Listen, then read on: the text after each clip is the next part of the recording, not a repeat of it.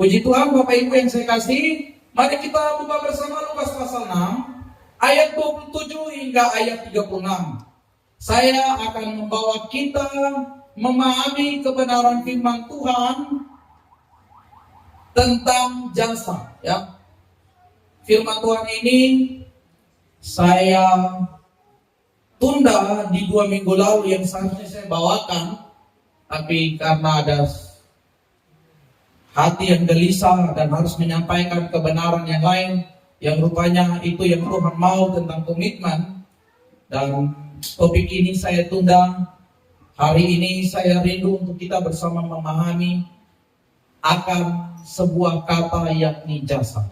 Lukas pasal 6 ayat 27 hingga ayat 36. Kita akan baca silih berganti. Yang sudah temukan, katakan amin. Lembaga Alkitab Indonesia memberikan judul Kasihilah Musuhmu. Ayat 27 saya akan baca bagi kita. Ayat 28 sekalian kita baca bersama-sama. Kita baca silih berganti hingga ayat 36 kita baca sama-sama. Firman Tuhan berkata demikian, tetapi kepada kamu yang mendengarkan aku berkata, kasihilah musuhmu, berbuatlah baik kepada orang yang membenci kamu.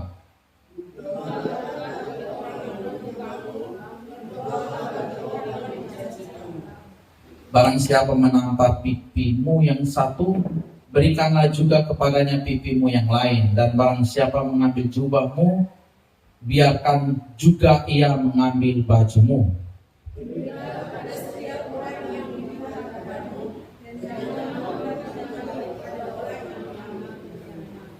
Dan sebagaimana kamu kehendaki supaya orang perbuat kepadamu, perbuatlah juga demikian kepada mereka.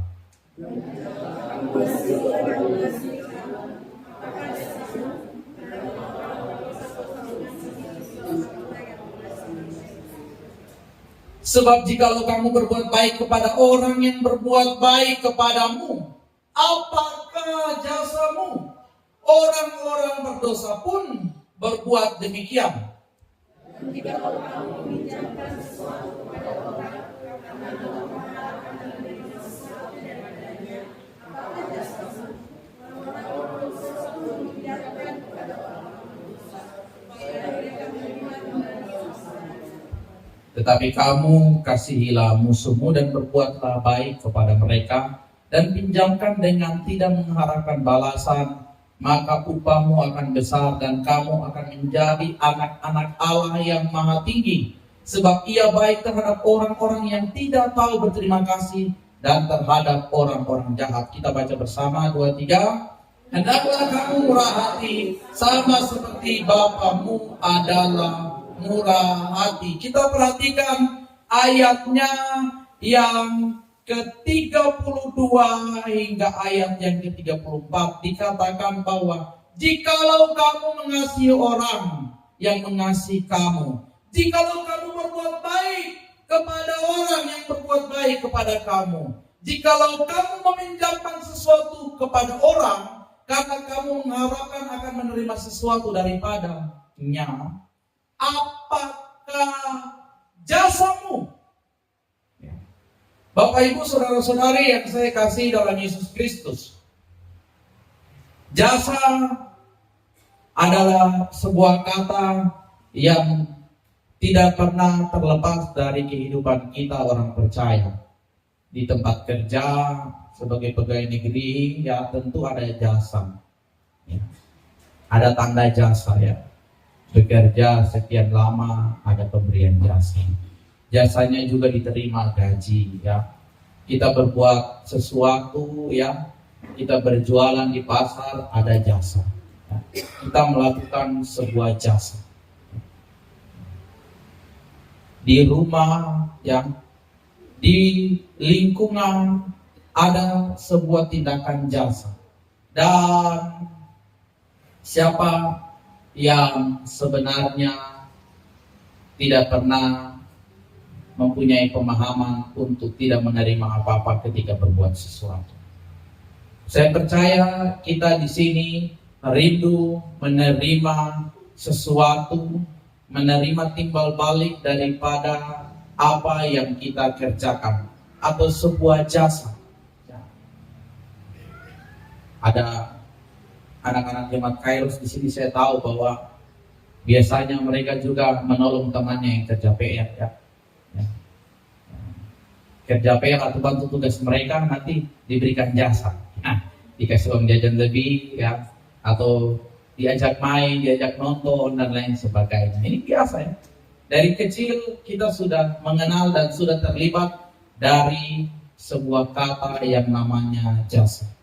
Namun hari ini firman Tuhan kembali mengingatkan kita akan sebuah kata jasa dan apa prinsip yang Tuhan katakan ketika kita melakukan atau kita berbuat sebuah tindakan jasa.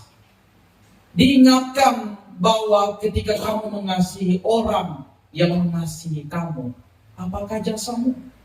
Karena orang-orang yang berdosa juga mengasihi, berarti kita tidak ada bedanya.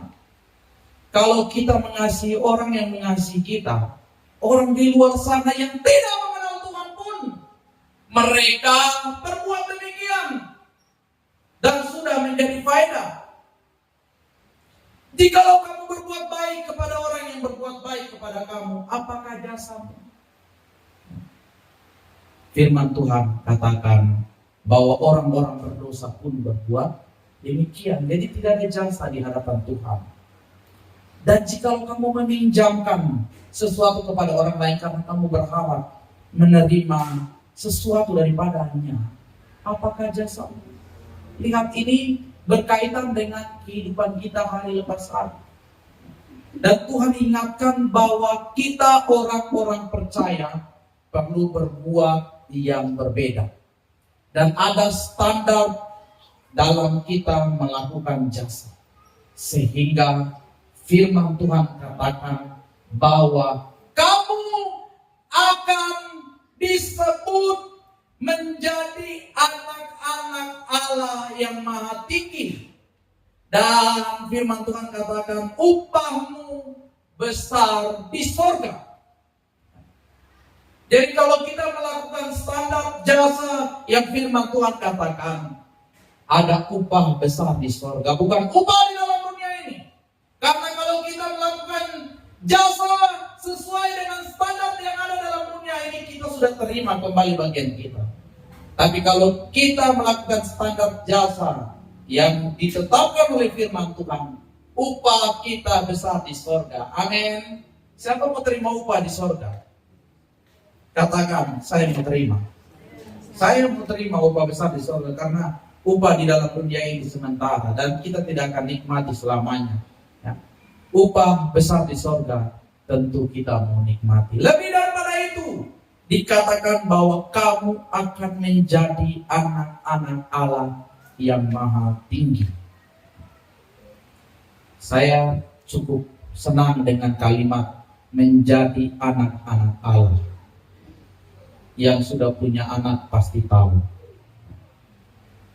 Orang tua yang sudah punya anak dan menyebut anak terhadap seseorang ya, di dalam rumah, apalagi anak kesayangan ya, anak satu-satunya lagi ya, anak baru satu ya, Bapak Rengi ada ya. Nanti ada dua-duanya, tiga-tiganya ya. Yang punya anak pasti tahu.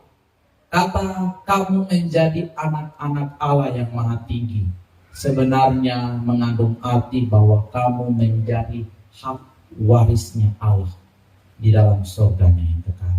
Amin. Apa yang dipunya oleh Bapa itu juga menjadi kepunyaan. Kalau saya punya anak dan saya punya barang-barang berharga, otomatis itu juga menjadi bagian milik daripada anak saya. Ya. Orang tua saya punya rumah. Waktu dia sudah tidak punya, sudah meninggalkan dunia ini, otomatis hak ahli warisnya turun kepada saya. Karena saya anaknya. Ya. Kita disebut anak-anak Allah, berarti kita ada hak ahli waris. Dan apa yang dimiliki oleh Bapa kita di surga, itu juga menjadi kepunyaan kita.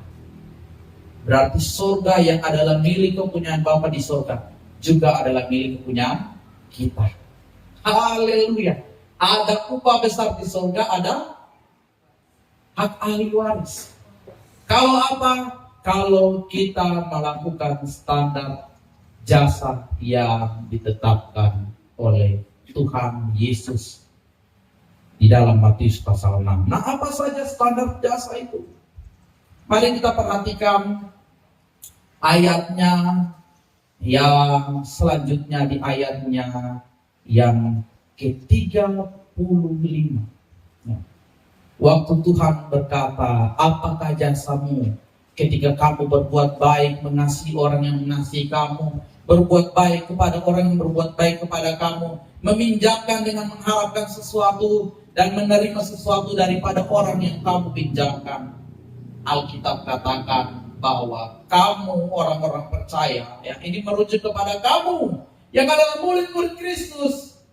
Jasa yang sesungguhnya dikatakan, kasihilah musuhmu dan berbuat baiklah kepada mereka yang membencimu dan memusuhimu. Yang pertama, kasihilah musuhmu. Kata kasih yang digunakan di sini mempunyai arti bahwa kita menyambut atau mencintai. Kasih secara sosial dan moral.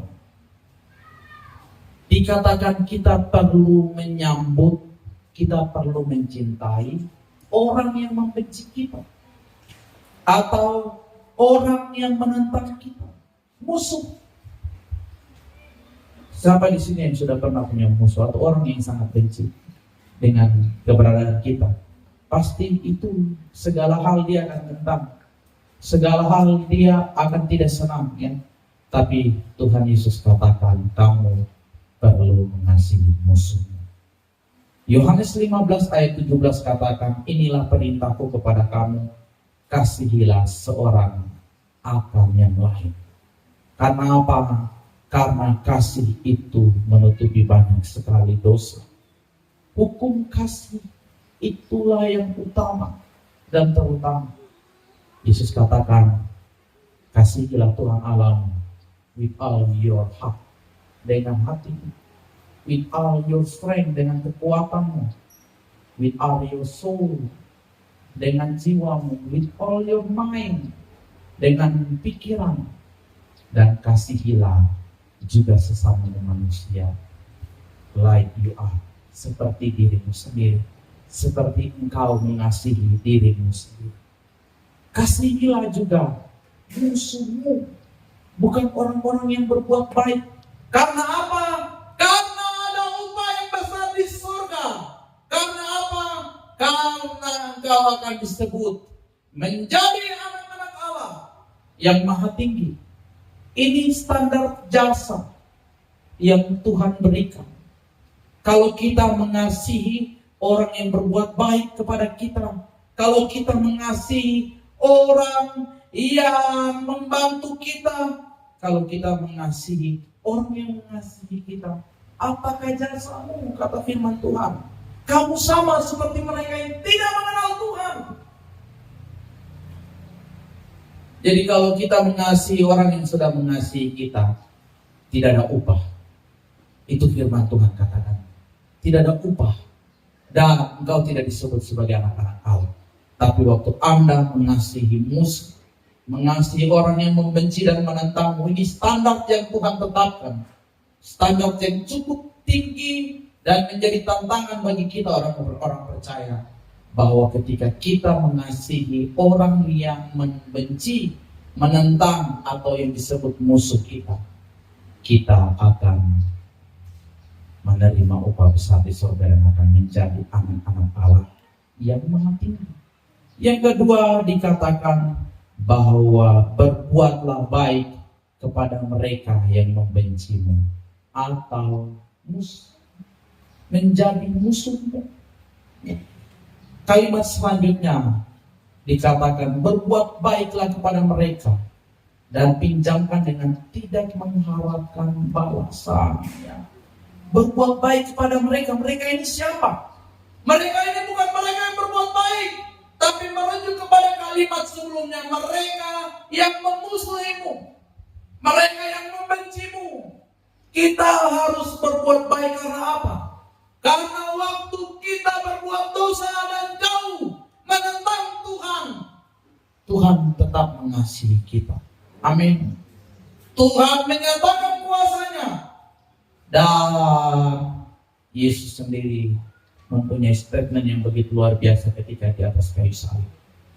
Waktu banyak orang mengolok-oloknya, membencinya, mencacinya, bahkan menyalibkannya di atas kayu salib, Yesus katakan, ampunilah mereka. Karena apa?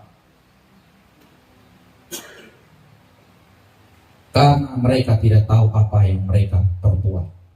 Ini bagian kedua, bahwa kita juga perlu yang namanya berbuat baik kepada mereka yang membenci atau memusuhi kita. Yang berikut, yang ketiga, dikatakan bahwa pinjamkanlah dengan tidak mengharapkan balasan. Dalam terjemahan lain dikatakan, lakukanlah jasamu dengan tidak mengharapkan balasan. Ya. Siapa di sini bisa berbuat demikian, melakukan sesuatu tanpa mengharapkan apa-apa, berbuat sesuatu tanpa mengharapkan apa-apa, berbuat baik tanpa mengharapkan balasan? Bisa kita lakukan itu, Bapak Ibu yang saya kasihi? Saya katakan bisa.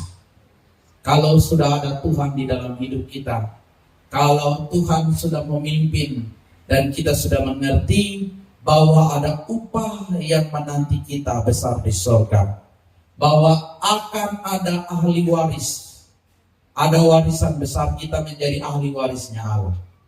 Kita tidak akan lagi terfokus kepada apa yang ada dalam dunia ini dan terlalu hitung-hitungan di dalam melakukan sebuah tindakan jasa. Kita akan lakukan dengan sukacita, kita akan berbuat dengan damai sejahtera, walaupun kita dikatakan rugi. Tidak apa-apa. Karena apa? Karena Tuhan tahu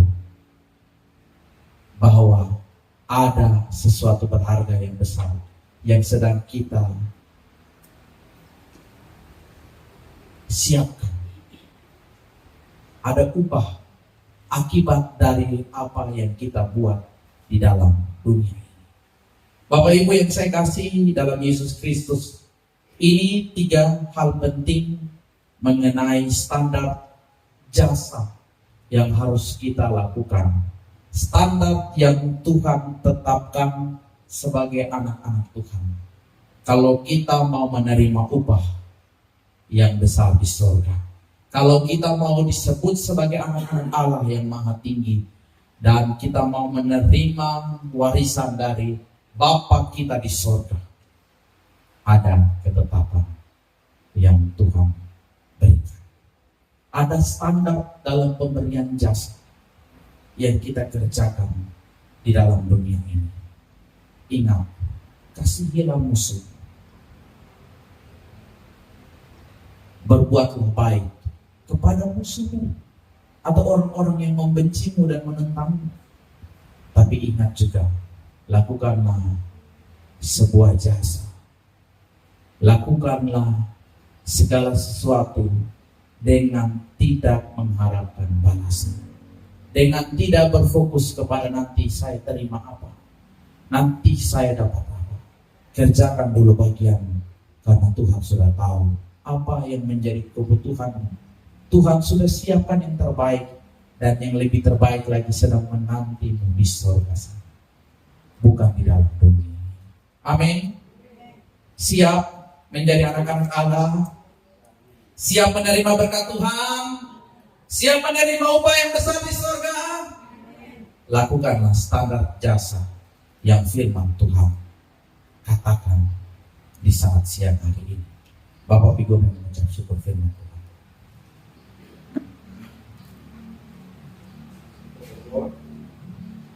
Terpujilah namamu Tuhan Yesus Kristus, firman yang hidup. Kami bersyukur oleh kasih karunia Tuhan